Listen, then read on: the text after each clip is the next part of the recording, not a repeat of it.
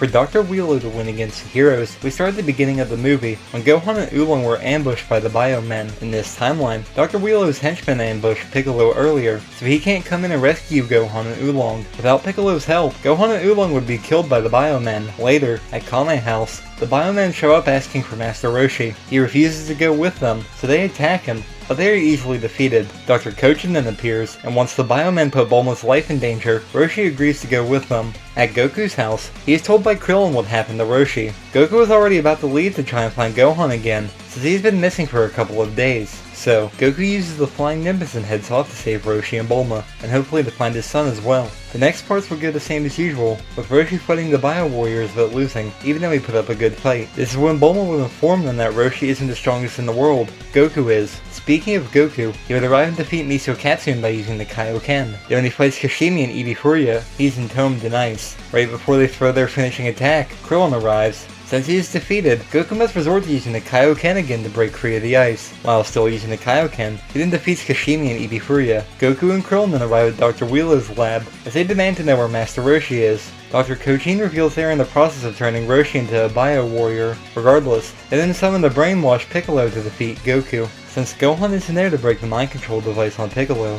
he would have a long and drawn out fight with Goku. He would likely have to use the Kaioken to fight Piccolo, but this would end up destroying his body in the process. Once he eventually collapses, the battered Piccolo would fight Krillin and Roshi next. Even when weakened, he can easily defeat both Krillin and Roshi. Since they were all defeated, Dr. Kochin would start the process of swapping Goku and Dr. Wheelo's minds. With the heroes defeated, they wouldn't be able to stop this, so Dr. Wheelo's mind is then put into Goku's body. So that Goku couldn't try to fight them while in Dr. Wheelo's body, they would then destroy it before Goku regained consciousness. With Dr. Wheelo now having achieved his goal, Dr. Kochin would have Bulma and Piccolo knocked out too. He would then take the unconscious heroes and turn them all into Bio Warriors like how he planned to do with Roshi. Now, while that was going on, it would take Dr. Wheelo time to adjust to using Goku's body. At first, he would be weaker than Goku was, like how Captain Ginyu was when he first switched bodies with Goku. However, over time, he grew more accustomed to this body and adjusted to it completely, so he managed to use Goku's full power. With him now having this amount of power, he would easily overthrow King Furry and become the ruler of the Earth, like he wanted to.